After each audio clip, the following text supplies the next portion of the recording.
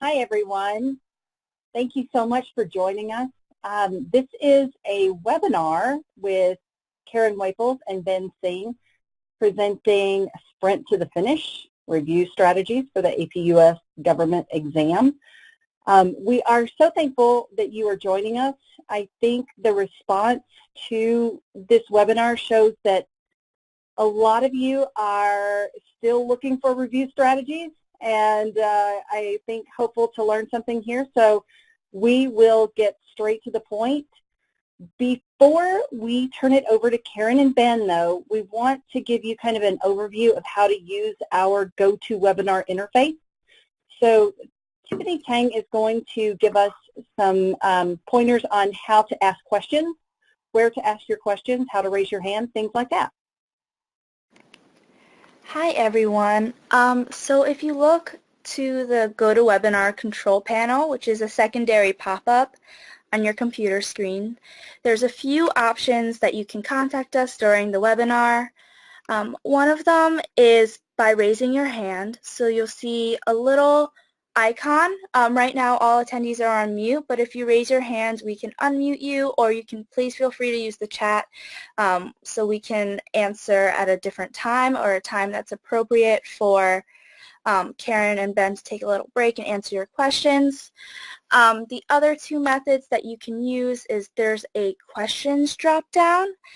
So once you expand that panel, you can type in your question, and then Janie or I will answer any questions we can at the moment and then save anything we can't answer for Ben and Karen. And the final option you have is to use the chat portion. We prefer that you use the questions drop-down just because it'll mark your question as answered and we know how to best answer your question later on. If you have any questions, again, feel free to use the questions or the chat or raise your hand. Great. You're good to go, Ben and Karen. Thank you so much, Tiffany. All right, and I'm so sorry. I am also a little, I guess, nervous or unused to GoToWebinar because I so didn't introduce myself. My name's Janie Pierce-Bratcher. I am the marketing manager for BFW's government list, and I am now going to turn it over to Ben Singh and Karen Waples to introduce themselves. Thank you, guys. Hi, everybody. I'm Karen Waples, and I've been fortunate enough to teach in a lot of different settings, inner city, large suburban, which was Cherry Creek High School, where I taught with Ben Singh for many years. And then I had the world's shortest retirement, and I'm now teaching at Holy Family High School in Broomfield, Colorado, and I'm teaching AP U.S. government and AP comparative government, and it's a fantastic job. I love it. I was a member of the committee that redesigned this curriculum. I sat on the committee for 6 years. I haven't been on the committee for a while, and so I'll be honest with you, some of the changes that were made after I left, and so I'm learning this new curriculum just like you are. I have been an AP exam reader for this subject, and I'm the current exam leader for AP Comparative Government, and by the way, that's a fabulous course, so if you'd like to learn more about that, send me an email because that's a really fun class for kids. I'm a consultant for AP U.S. and Comparative Government. I may have seen some of you out on the road on AP Summer Institutes where I get to meet some wonderful teachers, and that is a really fun job. And I'm the co-author of American Government Stories of a Nation for the AP course. So I've been really lucky, and I get to do a lot of fun things, including speaking with all of you tonight. And my co-presenter is Ben Singh. Hi, my name's Ben, and like Karen, I have a wide variety of teaching experience. I actually started back in 1992 in an inner city middle school teaching 6th graders. I managed to survive that and moved to high school where eventually Karen Waples found me and hired me at Cherry Creek. She's being a little modest when she says she got a chance to teach with me. She actually saw me as this, lump of clay and helped mold me into the teacher I am today.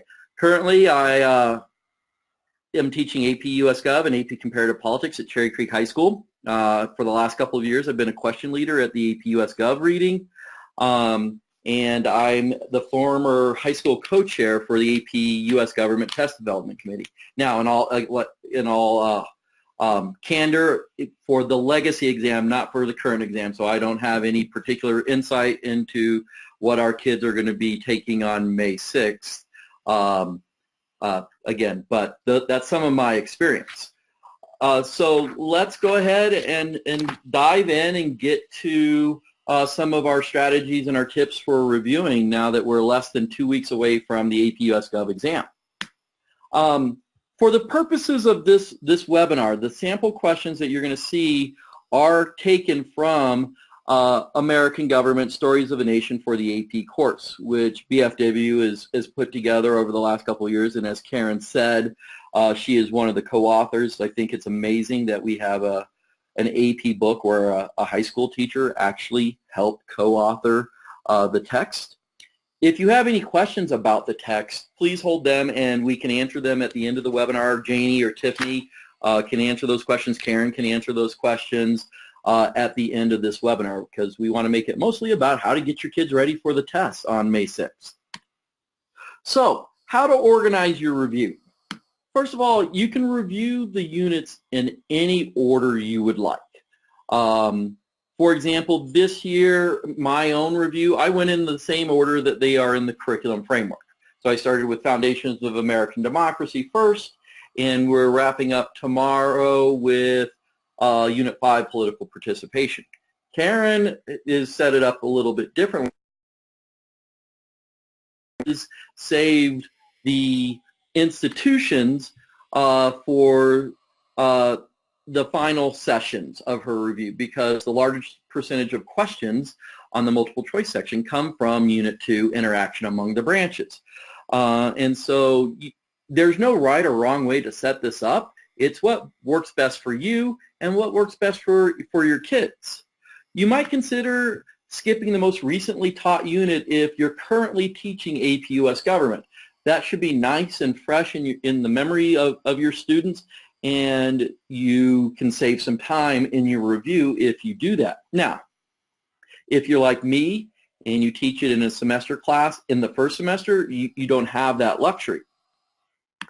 I would strongly encourage you to give students practice questions that they can take home. Some of those unprotected tests, like from the curriculum and exam description at the AP Central website. And finally, consider devoting one review session to the foundational documents and one to required Supreme Court cases. I know that sounds like a lot, but there's there's some bang for the buck here. Obviously, the foundational documents and the Supreme Court cases are important to two of the FRQs, but they're also going to come up on the multiple choice questions. If you're pressed for time like we all are, you might consider some sort of exam to pinpoint what your kids know or don't know about the required court cases or the foundational documents, and really target your review around their deficiencies on that quiz or that exam. Don't forget to ask your kids where they need the most help. Your kids are, they're pretty good, right? They know what they know, and often they know what they don't know. So ask them where they need help, and try to tailor your review sessions to their perceived weaknesses. Finding time to review, right? This is the big one. You want to, in a perfect world, you're going to be finished with your review before May, well, we have to be finished before May 6th. We have the luxury of being the first test. It's a luxury, but it's also a little bit of a time crunch, because we got to be done by the time the AP testing window starts. This is for those years where we may slide back later in the first week or even into the second week. You definitely want to have your review done before the 2-week testing period starts, because kids get really busy during the 2-week testing period, and they're going to be pulled in a million different directions. And if you're done with your review, I think that lowers the stress level for you and for your kids. In a semester-long course, most likely you're going to have to do the bulk of your review outside of class. It's just the nature of the beast for semester-long classes, and so you can review during lunch. If your school has access periods, homeroom periods, study hall periods, you might be able to use those. At Cherry Creek, where I teach, we do a fairly aggressive after-school review schedule that we're wrapping up this week. Saturday sessions are a possibility. And then finally, virtual sessions. And this is becoming more and more plausible and possible for you and your students. There's some technology out there that would help you do virtual sessions. For example, I use Screencast-O-Matic to record presentations like this one and post them on my website for students. I've also used the record function on PowerPoint to record PowerPoint presentations and again post them on my own website. You can use Google Hangouts to host a live webinar sort of experience for you and your students where they can ask questions. You got to decide whether or not you want your kids to know your phone number, that sort of thing. One important consideration when finding this time to review is you really can't make the kids go. I mean, as much as we would like to, get all of our kids to all of our review, you really can't make them go. You have to try to incentivize it. Maybe, well, for at Creek, our big incentive is if they go to enough review sessions, they don't have to come to class after the exam. They get an extra week and a half off of school, or at least that period. Another strategy you might use if they reach a certain number of review minutes or hours sessions, maybe the agreement is you'll drop their lowest test score, or you can add 10 points to their lowest test score. And over time, you really have to work to create that culture for your class. You may not be able to change the whole school culture. Every school culture is different, but you have control over the culture in your classroom, though creating that culture does take time. And the final tip I would give in terms of finding time to review, and it's not really finding time to review, but it's more about being efficient in your review, be methodical in your setup. Have a PowerPoint, have a plan. What do I want to cover in this review session? Have some sort of note-taking form to guide the kids. The mistake I made early on is I held these review sessions that were just kind of Q&A, and the kids would show up and they'd stare at me blankly, not ask any questions, and then I'd be disappointed that they didn't get much out of the review. And it took me a couple of years to realize that that was on me. So be methodical and have a plan when approaching your review sessions. And finally, in year-long classes, you can get this done, probably you can get this done in classes. Obviously, you have to plan for this ahead of time, but in a year-long class, you should have time to review in class, absent some sort of, losing 7 or 8 days to snow in the second semester, that sort of thing. So those are some ideas about finding time to review it and how to, perhaps set up your review sessions. Karen? So this part of our presentation is going to be about what's fair game for the exam. How do we know what the College Board might ask in a question, and what's too obscure? What can we gloss over or not emphasize as much as we get ready to do our review? And the bottom line is, if it's in the essential knowledge column, which is in your framework the most right-hand column on the page, then it's fair game for a question. So I've got a couple of screenshots here to just give you some ideas. Now, we know that Baker versus Carr and Shaw versus Reno are fair game for the exam because they are part of the 15 required cases. But as you read below that, we have some other hints of what might find its way into a question. For example, kids need to know what a lame duck president is, and more than knowing the definition, they need to know why that might pose a problem for a president in trying to get his policy initiatives passed. They need to know what divided government is and how that makes it difficult to get policies passed. And then if you look at this last bullet point, they need to know the trustee, delegate, and Politico models for members of Congress. And I could see an argumentation question built around these terms where kids have to decide which model best describes our current Congress, or which model congressmen should emulate, or something like that. So this gives us some hints about what's fair game on the test. Here's another example. Ben, can you go to the next slide? Sorry, yes. No problem. This is a really handy list of how various items might impact presidential elections. So, for example, how do open and closed primaries impact presidential elections? And again, this would be fair game for a test. We don't want kids to just memorize the definitions, but we want them to understand how, for example, having an open primary gives parties less control over their candidates, and the party might end up with a candidate that they were not anticipating as the nominee. Not that that's ever happened. Kids need to know the differences, for example, between a primary and caucus. They need to know how party conventions have changed. So again, this gives us some hints about what's fair game for a question, but it's really important not to just view this as a vocabulary list.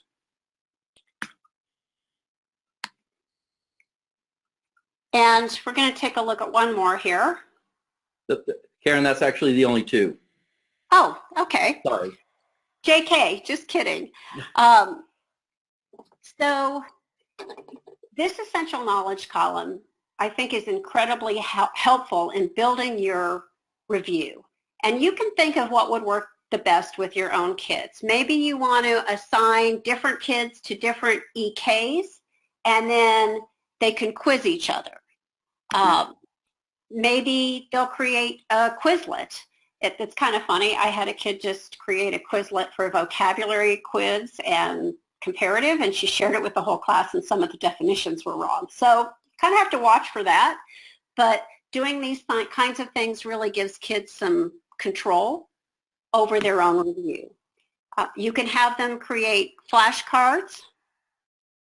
And then I think this is really important, testing key vocabulary from the EK column. Now, the College Board has spent a lot of time explaining that this test is not a vocabulary test, and I think that's a good thing. And I really like that kids are expected to do something with the knowledge level information they have. There's a however, and that is if they don't know the basic vocabulary in the EK question, then they can't apply the concept. They can't do anything with it because they don't know what the question is asking them. So I think it's just impossible to avoid vocabulary altogether. It is the stepping stone to everything else that they need to do.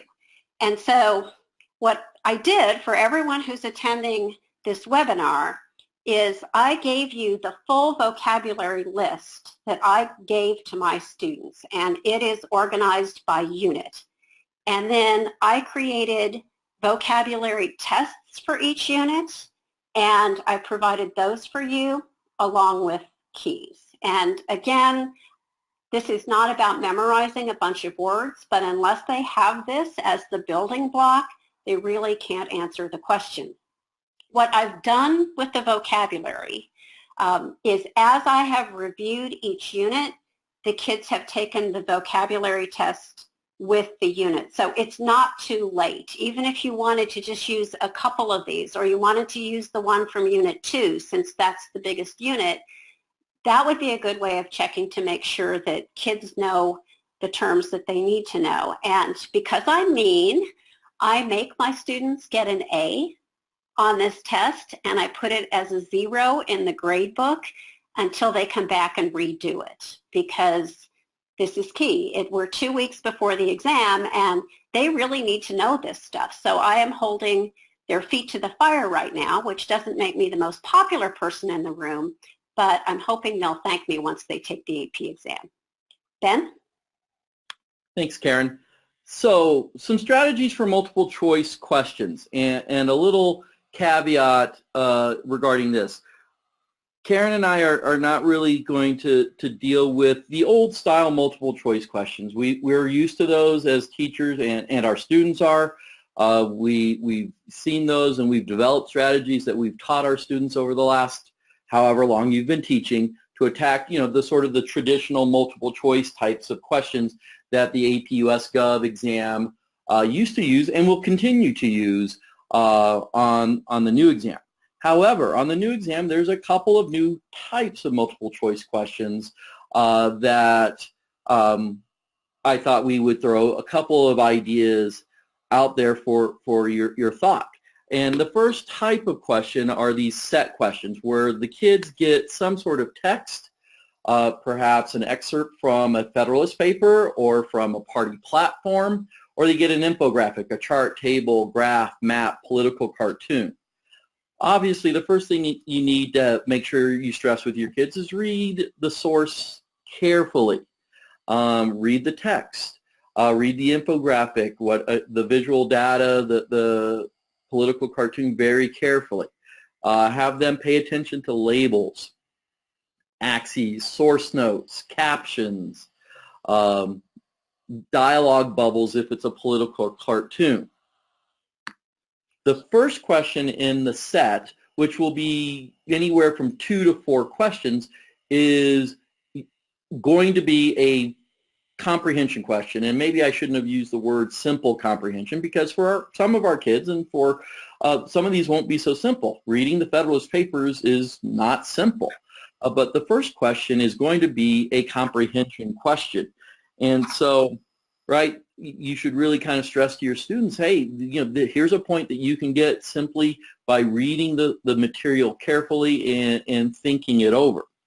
And I think Jen's point is really good. Kids are so used to questions that they perceive as hard. I've had a lot of kids say to me this year, it can't be that simple. I got this wrong because I was looking for an answer that was more complicated. Yeah, and I tell my kids, I lived in Houston, Texas for 10 years, and my mom was a big fan of the acronym KISS, keep it simple, stupid. Not that we would call our kids, names like that. But I tell my kids to keep it simple with these comprehension questions. Don't overthink them. Additional questions in the set are going to be application, synthesis, or analysis type questions. The College Board is really trying to force kids to stretch and think more critically, and so they're going to give them a source, and then they're going to be required to answer a question 2 or 3 that ties that source to some bigger process. Karen was talking about the use of the essential knowledge column for review. In this, it's going to be essential knowledge and somewhat enduring understanding. What's the big idea? The interaction between the President and Congress. What does this say about that? Those sorts of things. And the final tip I'll throw out here, and it's about keeping it simple. So often kids look at multiple choice questions and they spend a lot of time looking for the right answer. And they forget to go through that simple process of elimination of the wrong choices, the distractors. And one of the things that I'm working really hard with my students on right now is, what? The right answer may not jump out to you, but go through and eliminate the answers you know are wrong. And if you can get it down to 2, I like your chances. And hopefully you can actually get it down to 1 and you've done a good job. But, so often kids just look and oh, wait, I don't see the right answer. And then they panic a little bit, and then they're prone to make simple mistakes in their approach to the question. So here's a sample set question from Stories of a Nation. And as you can see, it's from the resolution from the First Continental Congress. And I'm not going to read it out loud to you. We can all read this, but very quickly, this is the resolution written where they lay out an argument about the rights that they enjoy as Englishmen or the descendants of Englishmen. And question number 7 makes the argument that the colonists, as Englishmen, are entitled to the rights of all English subjects. despite the fact that they are living in Great Britain's North American colonies. And so again, a good demonstration or a good example of how the first set question is comprehension of the source. And then number 8, that you see on the screen, what political philosophy set forth in the quote was incorporated 2 years later into the Declaration of Independence. And this is one where I would use with my kids just to show them the process of elimination. Right? A theocracy is the best form of government. When they see theocracy, hopefully they can eliminate that pretty quickly. Taxation inherently destroys the natural rights of life, liberty, and pursuit of happiness. I remember the Declaration. I remember Jefferson said those things. I'm going to put a question mark by that. Direct democracy is a more legitimate form of government than indirect democracy. Founding fathers talk, Jefferson talks about representative government, that governments are instituted to protect the rights of people, the consent of the people. I'm going to cross that one out. People have the right to elect representatives to the legislatures that govern them. B, D. I've got it down to 2, and I'm going to, guess D. And, in the end, I'm going to be right. And so that process of elimination, I think, is really an important skill to stress with your kids. Karen, anything you want to add? I think you've covered it really well. I would say for kids who struggle with reading, one of the strategies I've used is for kids to go through and underline the parts of the passage that they do understand and then go back and read over what they've underlined. And that keeps them from panicking a little bit and often will lead them to the right answer. So I think we are more and more becoming reading teachers as well as content area teachers. And so you might want to use some of those strategies with your kids as well, depending on whether or not they struggle with reading. Okay, thanks. Now, the second type of multiple choice question that I want to spend a little bit of time talking about is, and I don't know if this is what the College Board is calling it, but Karen threw out this term, and I've seen this term, some other people use this term, the so-called grid question, and you'll recognize it when I show it on the next slide. This is something that's actually been used in comparative a little bit over the last few years, but one of the strategies that you can use with your kids, and this strategy is if the College Board is sticking to what they've always said, that they're going to have a right choice in each pair, okay, or in each column, I should say. Read down the first column and have your kids eliminate any wrong answers as they go down the first column, okay? Then after they have done that, read down the second column and again eliminate any wrong answers in the second column. After they've done that, there should be one choice left. But if they have 2 choices left, they might go back and reread it, and again, if they get it down to 50-50, they can take a guess. Remember, there's no guessing penalty. But I think this might speed up students on their approach to the grid question and improve their performance. So here's an example. And I just wanted to chime in that for some reason, and it's probably the way the question is set up, kids' first tendency is to want to read across the question, and we've just found it's easier to do as Ben suggests and read down the question. So here we've got a question that says, which of the following pairs of statement correctly describes both federal and unitary systems? Obviously, kids have to understand, federal system, the definition of federal. This goes back to, Karen's point about vocab. They need to understand the vocab, and here, if they understand the vocab, then they can apply it to these choices. So let's go down federal. Powers of the states are expressly defined in the Constitution. Well, that's not true in U.S. federalism, so we cross out A. B, most of the power is given to the state governments. Again, not true in a federal system. You would cross that out. C, the national government has most of the power.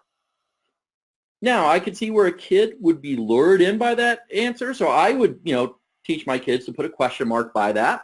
But we know from a kind of a strict definition of federalism, that one's not correct either. And then D, power is constitutionally shared between the national and state governments. That answer looks really good to me just, again, knowing the definition of federalism. But again, I can see where a kid would be lured in by C. And then we go over to the unitary column, and we go down. The vague language of the Constitution limits the power of the national government. Well, we know that that's not true. In fact, the vague language kind of benefits the national government, so we would strike that one. The national government shares power with state governments. Okay? That looks good, but that's federal, not unitary, so we would cross that out. Okay? Going down one more, the national government has all the power, and there are no state governments. In a unitary system, there are state governments or subnational governments. They just don't have constitutionally guaranteed powers. So again, we'd cross that one out and then go down one more. The national government may grant certain powers to the states. That one looks pretty good if I remember my definition of unitary and how unitary systems can operate. And again, now that I've gone through that, even though I was lured in by C in the federal column, I've crossed out C in the unitary column, and I'm left with D as the best answer here. Before we go on to the free response questions, does anybody have any questions about multiple choice?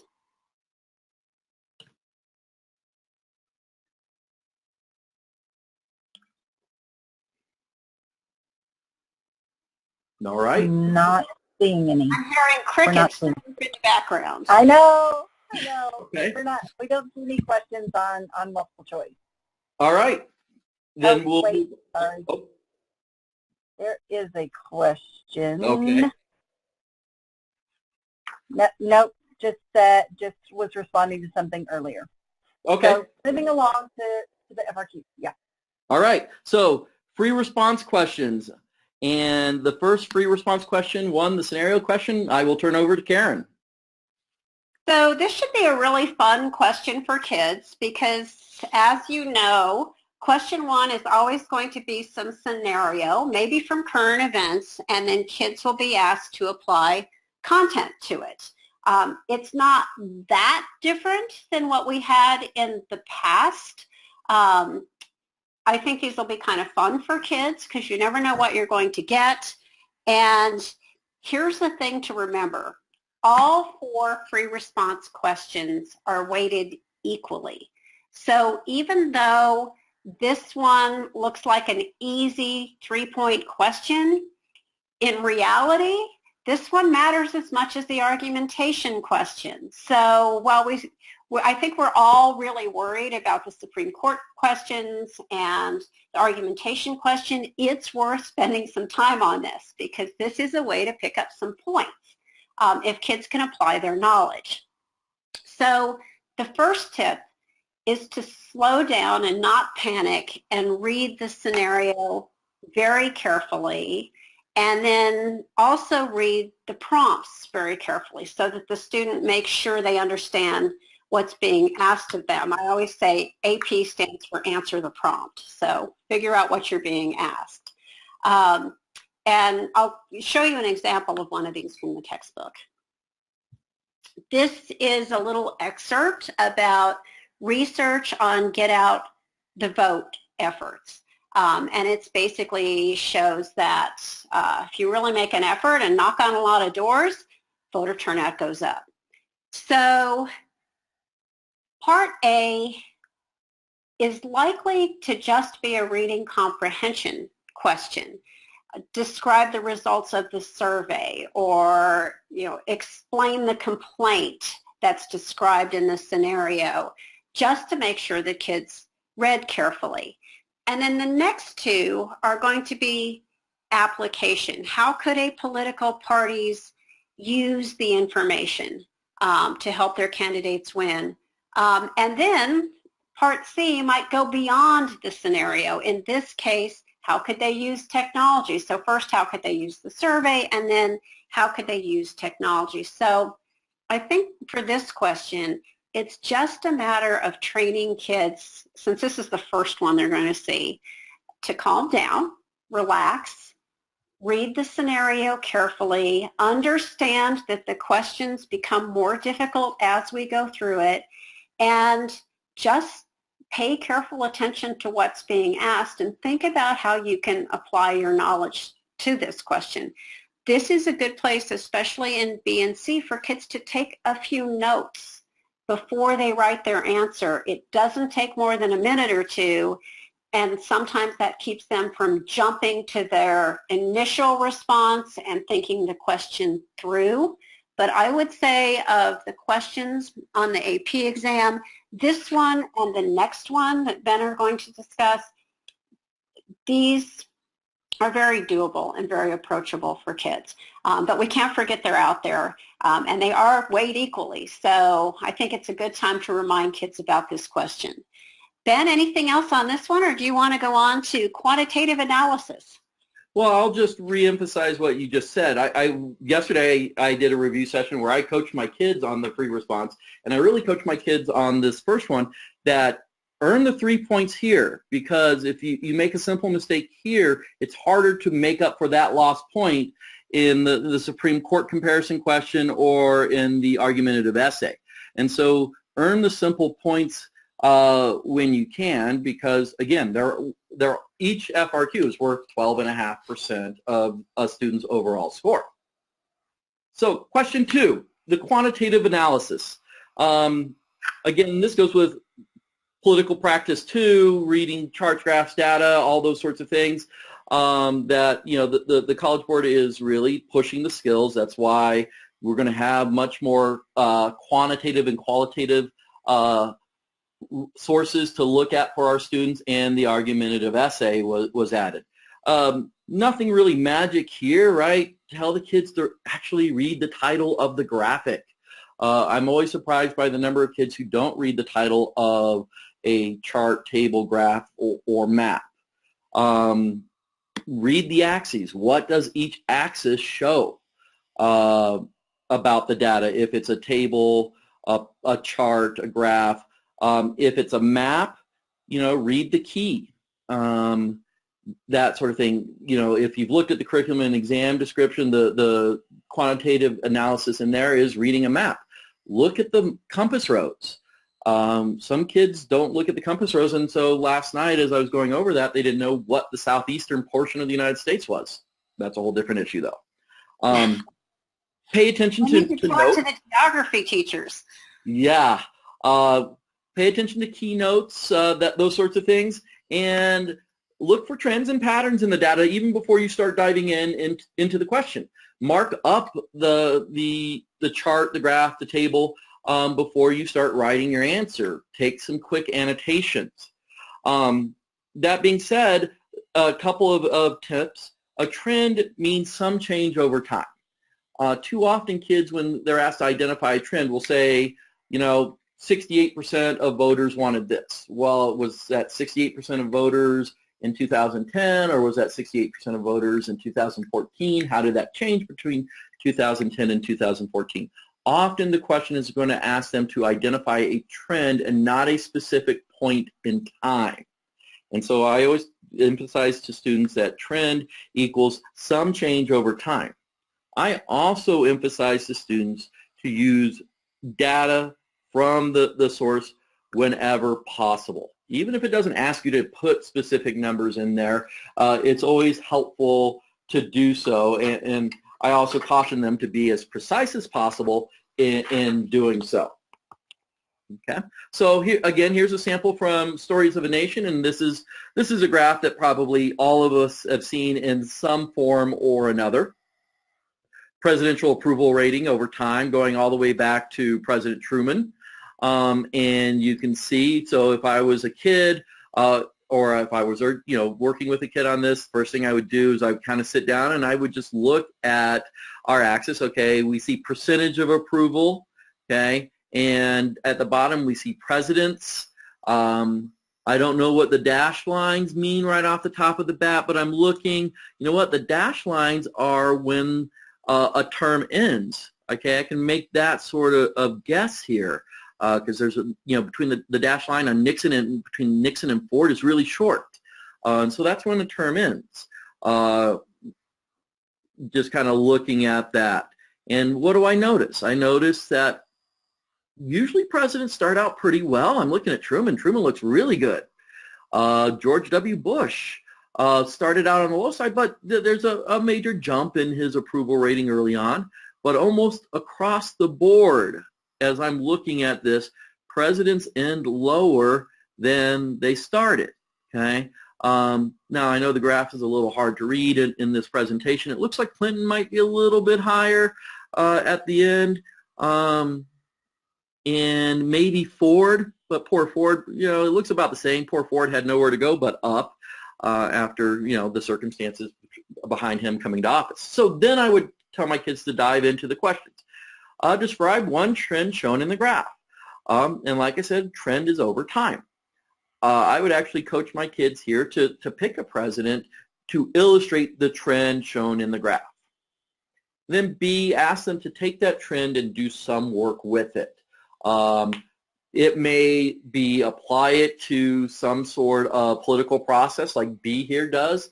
How does this impact presidents getting their policy passed?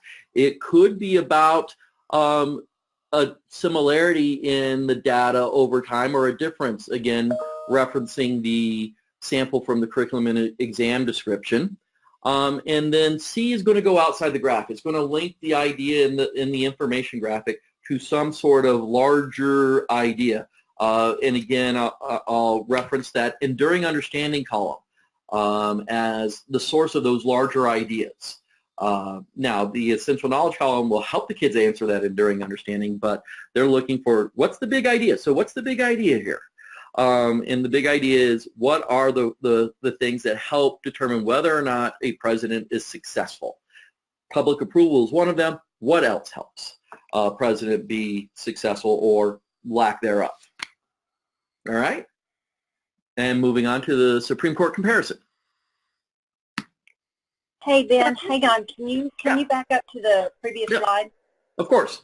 So we have a question regarding basically the verbs. Can you provide an explanation of what kids are expected to do when asked to describe versus asked to explain in these Yes, of course. I just did this with my students last night. You're going to see 3 basic question verbs on the AP U.S. Gov exam. The first one is identify. This is the lowest bar. This is the easiest for kids to do. If A said describe or identify Truman's approval rating, because you can't really describe or identify a trend, you would say Truman's approval rating when he was first elected was just under 90%. Identify is a simple declarative statement. Would you say that's a fair description of identify, Karen? Yes, it is. It's just pointing out or giving a name to something, even like identify a formal power of the president. The president is commander-in-chief. Yeah. Right? It's very simple. I always sort of tell my kids describe is an identify plus a additional factually correct and relevant statement related to that identification. And so in describing a trend, you would identify a trend. You would start by, okay, approval ratings change over time. Generally, they decline. Truman went from below 90% to about 30% during his time in office, as shown in the graph. That's how I've always taught my kids to approach a describe. Kids always want to know like sentence length or how many sentences. And while there is no rule about this, just to make them feel better, I say, you know what, if you're answering a describe question in one sentence, you're probably not describing, you're probably identifying. So identify it and then add a factually relevant and correct statement about it. So it could be something like this. Most presidents start with relatively high approval ratings. Mm-hmm. As their terms progress, most presidents' approval ratings decline, and they leave with a lower approval rating than they had when they started. Yeah, those are both descriptions. And then explain is to show a causal relationship of some sort. And on the AP U.S. Gov exam, they've been really good about really pairing explain with explain how or explain why. A colleague of mine who I worked with on the test development committee always said you can't have an explain without a how or a why.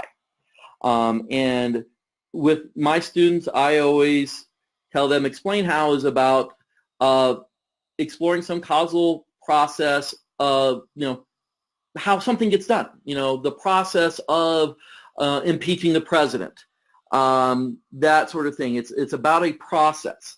Explain why is more about a motivation in doing something or accomplishing something. Karen?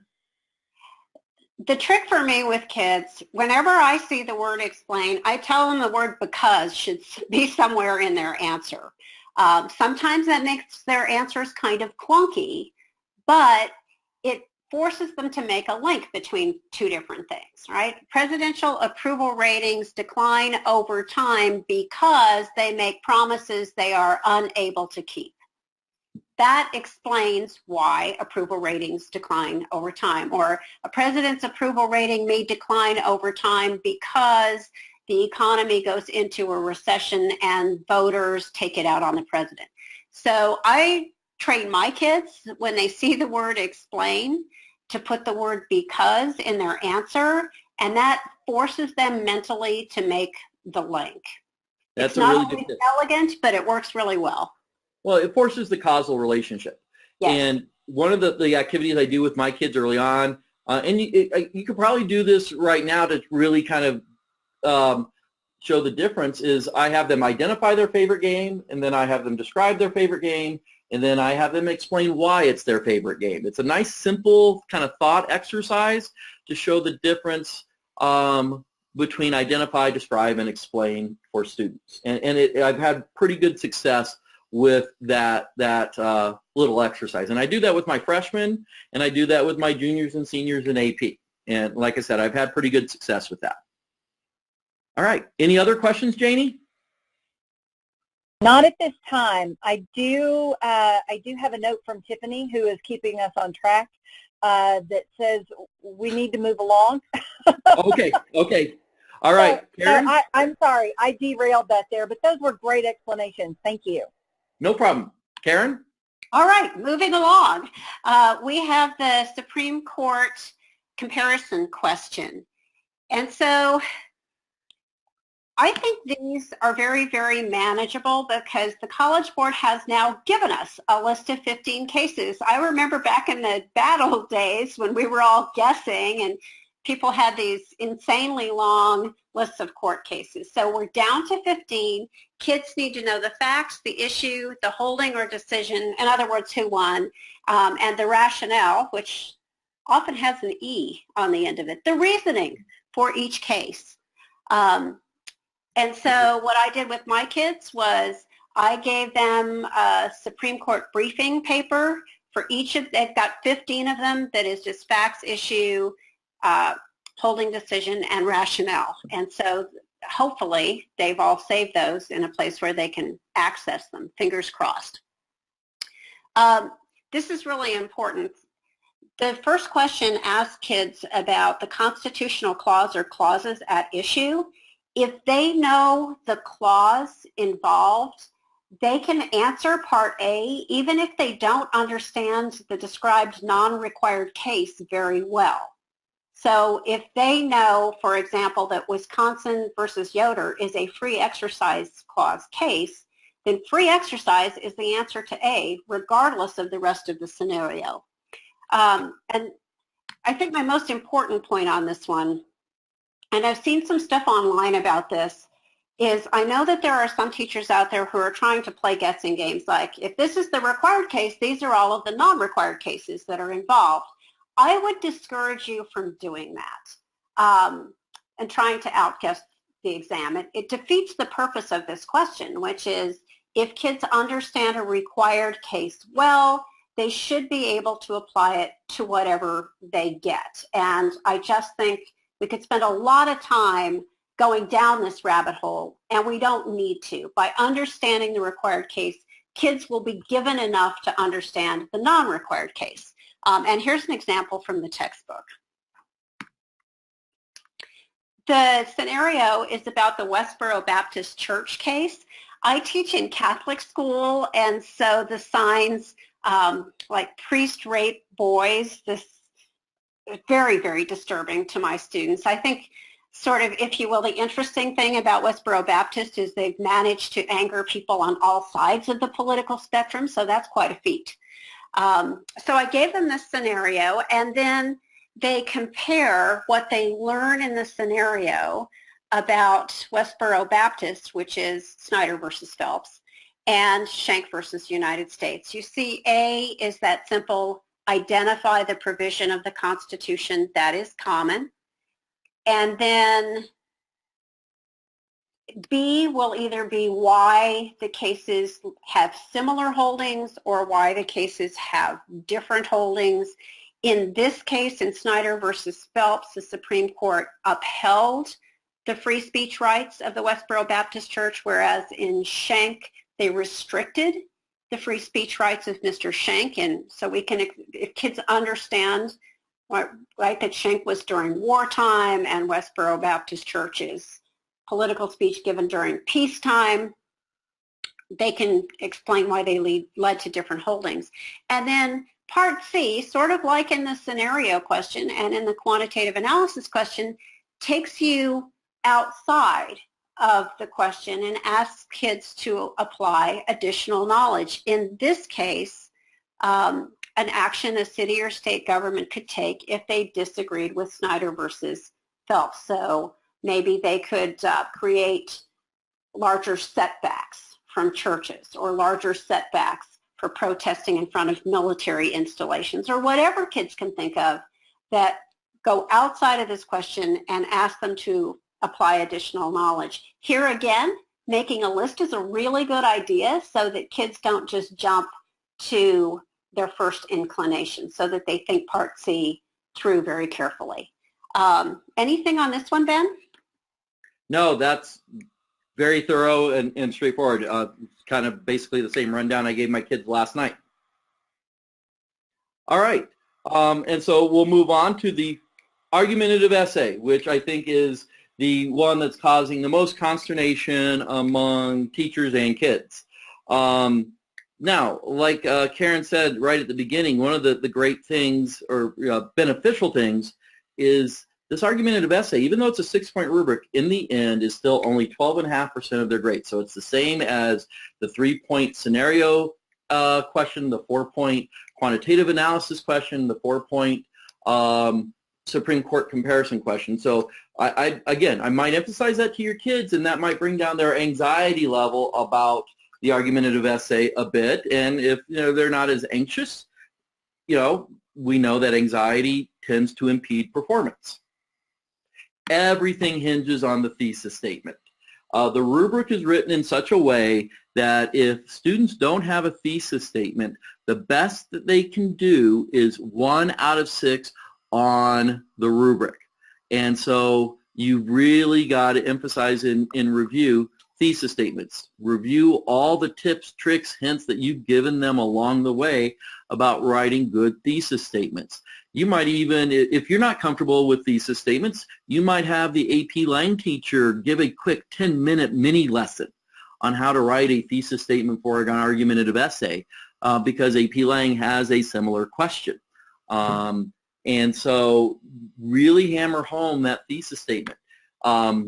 Member of the test development committee who is kind of, been working on this says a thesis statement, and this goes back to what Karen said about explain, should include a because statement, because that helps the student set up a line of reasoning and an argument or arguable claim in their thesis statement. Second point, the line of reasoning that lay out must include reasoning from evidence, reasoning built around one of the foundational documents provided. Remember, the question is going to give them 3 foundational documents. They have to use one of them, and their reasoning, or at least some of their reasoning, has to be built around their use of that foundational document. And then the last little tip here is refutation, concession, rebuttal. RCR has two components. First, they have to say what their refutation, their concession, or their rebuttal is. Participatory democracy is not the, some critics argue participatory democracy is the way to go rather than pluralist democracy. This is not true, right? Just lay it out there. And then they actually have to respond to that statement. Why is it just not true? And so there's really kind of a two-step process here in doing refutation, concession, or rebuttal. And this has thrown my students off a little bit because it seems like it should be worth 2 points and it's worth 1 point, even though there's 2 steps. So that's just something you might want to point out to kids. Yeah, it threw my kids for a loop as well. But yeah, it's just, just to do a refutation, let's just stick with, refutation. It's 2 steps. You got to, say what, what's wrong and then why it's wrong. And then again, a sample. It's going to lay out the instructions very clearly on the question. It's going to give a little bit of background, and then it's going to have the prompt, discuss whether increased campaign spending threatens representative democracy in your essay, and then it lays it out very clearly for the kids. Okay, I have a colleague who's taught his students that you need a paragraph for your thesis. You need a paragraph for evidence, your first piece of evidence. You need a paragraph for your second piece of evidence. You need a paragraph for your reasoning, and then you need a paragraph for your refutation, concession, or rebuttal. The nice 5-paragraph sort of format and very sort of formulaic, but I like it because it creates a structure that kids are comfortable with and is logical for kids to follow. And so, again, the argumentative essay is not the huge problem that I thought it was going to be when they first introduced it, and I was like 6-point rubric versus 3-point rubric, and I was really kind of worried. I've kind of taught my kids, don't aim for perfection on the argumentative essay, okay? You get a thesis statement down, and then the other part should come fairly simply or fairly easily. And you should be able to get 3 and 4, and if you get 4 out of 6 on this, your kids are doing well. Your kids are going to do really well. I was part of a pilot reading last summer, and if your kids are getting 3 out of 6 or 4 out of 6, they're doing really well. I'll just say that. Karen, anything you'd like to add? I think you've covered it, Ben. All right. Janie, do we have any questions? Yes. Oh yes, okay. We've got a lot. All right. The question board has lit up. Okay. So let me ask this. Let me ask this about the kind of the thought process of I guess readers and scores. There's a lot of questions on like what's the rigor going to be like? Do we have any idea of how these things are going to be scored? Mm-hmm. Since some of these questions, we haven't exactly seen before. So do you guys have any feedback on that? I'm going to jump in here, and then I'll be interested in Ben's perspective on this. I think we're all guessing about this. I wish that I could say that I had the answers to these things, but I don't. The test has never been given before. The most we had was a practice test, which, as I saw it, was fantastic because it meant they could get some of the bugs out before this thing went live. But my sense, and again, I'm interested in what Ben has to say, is that until actual kids take an actual test and the readers see how they're performing in general, we don't have the answers to a lot of those questions that we used to have answers to because we had a lot of data from the past, and we just don't have that now. I mean, Ben, what's your sense of this? My sense is kind of twofold. I think that the rubrics for questions 1, 2, and 3 are not all that different, and nor is the application of those rubrics going to be all that different than what's been done in the past. Because the reality is questions 1, 2, and 3, those questions really we could have asked in the past. You know, 3 maybe not as much, but it's not all that different than, you know, the old style FRQ on the legacy exam. And so I don't know that questions 1, 2, or 3 are going to be significantly different in how they are scored in Salt Lake this summer. The big question, I agree with you, we don't really know on the argumentative essay. That being said, like I mentioned, I was part of a pilot reading, and I don't know what the takeaway by the chief reader and College Board leadership was from that pilot reading, but I think that the rubric is built in a way that if the kid has a thesis statement, they're going to do all right. I'm not going to say they're going to do great, but like I said in the slide, it all hinges on the thesis statement. They have to have a thesis statement to set themselves up for success on it. But in the end, I concur with Karen. We don't know, especially on the argumentative essay. That's the great unknown to me. Right, right. So also, we have a question on the multiple choice, and based on what happened with history, I kind of took a stab at the answer here too. In the multiple choice section, we have fewer questions than in the past, but we have nearly twice the time. Mm-hmm. Someone is asking if we should expect long passages, like DBQ style. And I know from history, they are not really long. They just require more reading and more thought and analysis. Is that right? Is that what's going to happen here with GovTube? Yes, I think so, Janie. I think we have 2 available practice exams that have been released by the College Board. I think this is in an upcoming slide. The one that came when we got the curriculum and exam description, and then a second that is secured on the AP Audit website. And I think those give us some really good clues about how long these passages would be. There are certainly there weren't passages. There weren't many passages in the past. And so extra time has built in for reading, but there's no DBQ on this exam. It's not meant to be a DBQ. The passages, I think, are going to be really similar to what they gave us in the practice exams. I don't imagine them deviating much from the samples that they provided us. What do you think, Ben? I agree. The reason why the significant addition in time is, yes, they got to read a bit more than they did on the legacy exam. And you've got to remember that the College Board has got to account for an entire range of reading levels. We've got kids who are taking this exam who are reading on, you know, a middle school level, all the way to kids who are ready for Harvard, you know, as freshmen.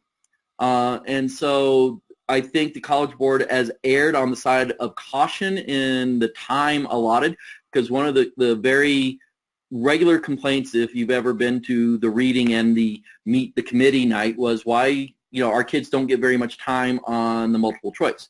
So they've expanded it, but they've also added the reading, and so I think they've erred on the side of caution for this. But no, I don't think they're going to throw like page-long documents at our students. Yeah, I don't either. Okay, and I'm going to make a shameless plug here very quickly. We had someone mention street law. Thank you, Lee, for that. And yes, street law is fantastic, and they do have all of the required court cases. Mm-hmm. We also have a foundational document and court case reader with our American Government Book Program. And I have to tell on myself a little bit here. I got distracted. Someone sent me a question earlier today, and I got completely distracted reading Federalist 770. And I must admit, I've never read it, but I read I read kind of the head notes about it that were written. Karen, I don't know if you did that one, or Ben, if you did that one, but I got completely engrossed in it, and now I know far more than I think I should ever know about Federalist 70. So, but they are really good, really good. And also, we have, Michael, you mentioned the ELLs, the students, that are the English language learners. We have, of course, the test is given in English. We have in the book, we have a Spanish translation of the glossary, which is really helpful for students to sit there and look side by side at the definition in Spanish and then in English also, to kind of help translate for themselves, so they can translate mentally on the exam when they see those concepts and terms. Speaking of terms, I think you guys have some handouts for everyone, right? We do. We have one more slide just really quickly. Nothing that should, lead to a lot of questions. Karen already mentioned the available, I guess it's 2 more slides, I apologize. The available practice exams. The course and exam description has a full-length practice exam at the end. There's a full-length practice exam in the Stories of a Nation textbook.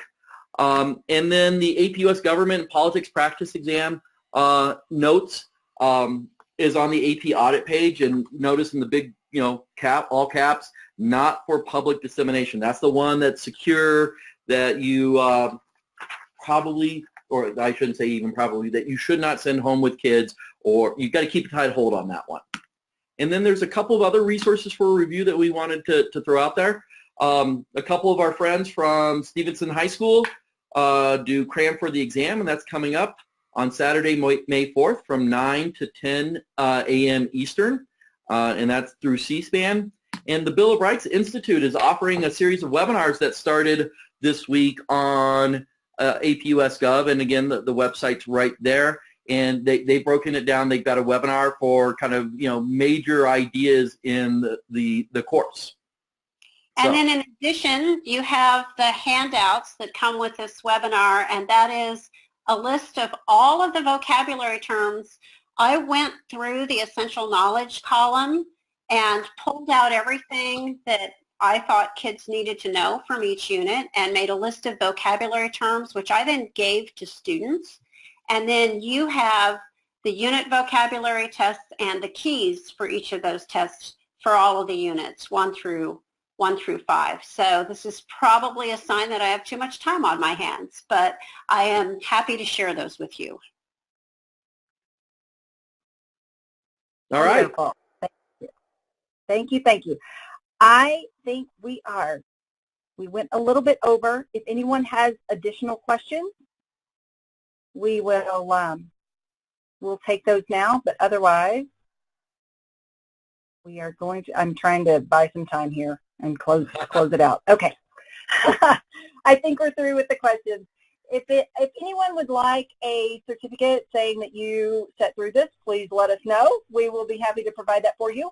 But also, we'll be sending out the recording and the resources that Karen and Ben mentioned. Thank you, everybody, for coming. We appreciate it. Thank you. Thank you very much for letting me do this. Good luck to your kids on the AP exam. Good luck, everyone. Good luck. Okay. Bye, y'all. Bye.